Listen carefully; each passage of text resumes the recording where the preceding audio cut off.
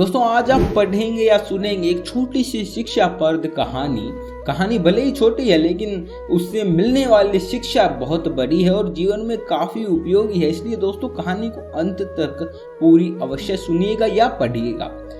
एक बड़ा ही समृद्ध और खुशहाल राज्य था। इस राज्य का राजा बड़े ही साफ दिल का था, सेवाभावी और भगवान में अटूट विश्वास रखने वाला था।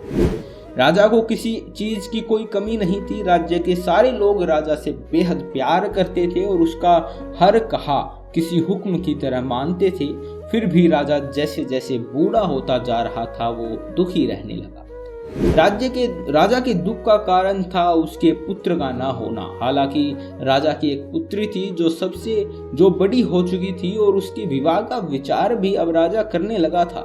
राजा अपने बुढ़ापे में संन्यास लेकर प्रभु भक्ति करना चाहता था, लेकिन उसके सामने सबसे बड़ी समस्या यही थी कि राजा की बागडोर किसे सौंपी जाए। एक रात इसी चिंता में राजा काफी देर तक भगवान का नाम जपते जपते सो गया।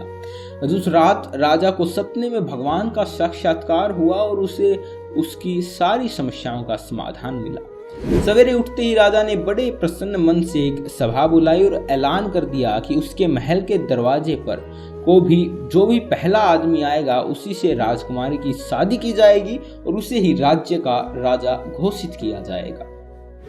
सभी लोग जो सभा में मौजूद थे राजा का ऐसा अजीब ऐलान सुनकर काफी अचंभित हुए, लेकिन सभी लोग जानते थे कि राजा बिना बात के कोई भी मूर्खतापूर्ण काम नहीं करेगा। इसलिए उन्होंने राजा को ऐसे करने का कारण पूछा।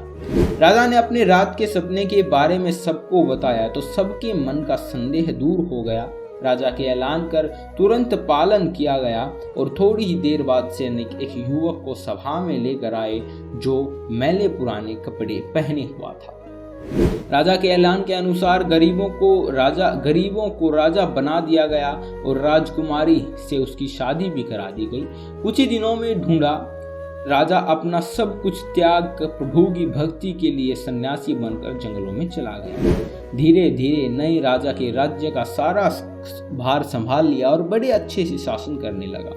राजमहल में एक गुप्त कमरा था जिसके दरवाजे पर एक बड़ा सा ताला लगा रहता और इस ताले की चाबी नया राजा हमेशा अपने पास संभाल कर रखता।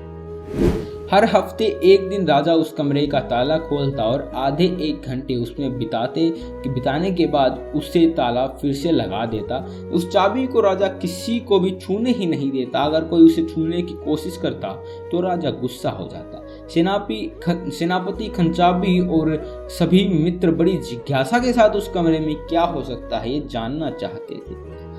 सभी के दिमाग में यही सवाल घूमता रहता कि आखिर खजाने की चाबी खंचाजी के पास, शस्त्रागार की चाबी सेनापति के पास और सभी जरूरी दस्तावेजों के रखे कमरे की चाबी मंत्री के पास है, तो आखिरकार राजा उस गुप्त कमरे की चाबी अपने पास क्यों लिए फिरते हैं और आखिर उसमें ऐसी क्या कीमती चीज है जो राजा किसी को बताते नहीं है।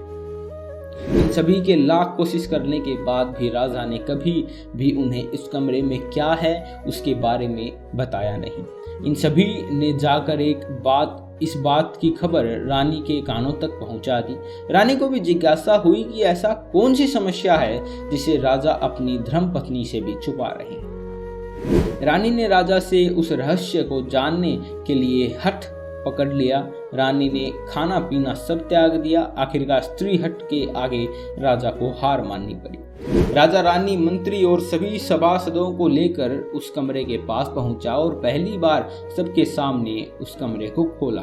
सभी देखकर हैरान थे क्योंकि उस कमरे में कुछ भी नहीं था सिवाय एक फटे पुराने कपड़े के जो दीवार पर टंगा हुआ था। मंत्री ने फटे कपड़े को अपने हाथ में लेते हुए राजा से कहा, महाराज यहाँ तो इस फटे कपड़े के सिवा कुछ भी नहीं है। तब राजा ने कहा, यही तो मेरा सब कुछ है। जब मुझे किसी वस्तु का घमंड होने लगता है या जब मैं अपने आप को दूसरों से उत्तम समझने लगता हूँ तब मैं इस कमरे में आकर अपने इन फटे पुराने कपड़ों को देखता हूँ और मुझे याद आ जाता है कि जब मैं इस राज्य में आया था तब मेरे पास इनके अलावा कुछ भी नहीं था और मेरा सारा घमंड खत्म हो जाता है। दोस्तों यह कहानी हमें सिखाती है कि कैसे हम अपने भूतकाल को याद रखकर वर्तमान में गलतियां करने से बच सकते हैं। समय हमेशा बदलता है और इसीलिए हमेशा ये याद रखना चाहिए कि अगर आज हमारे पास सब कुछ है तो वो हमेशा नहीं रहने वाला है। इसलिए हमें हमेशा नम्र बनकर रहना चाहिए। कहानी खत्म होती है, मिलते हैं अगली वीडियो में। तब तक के लिए सुखी रहिए, संपन्न रहिए।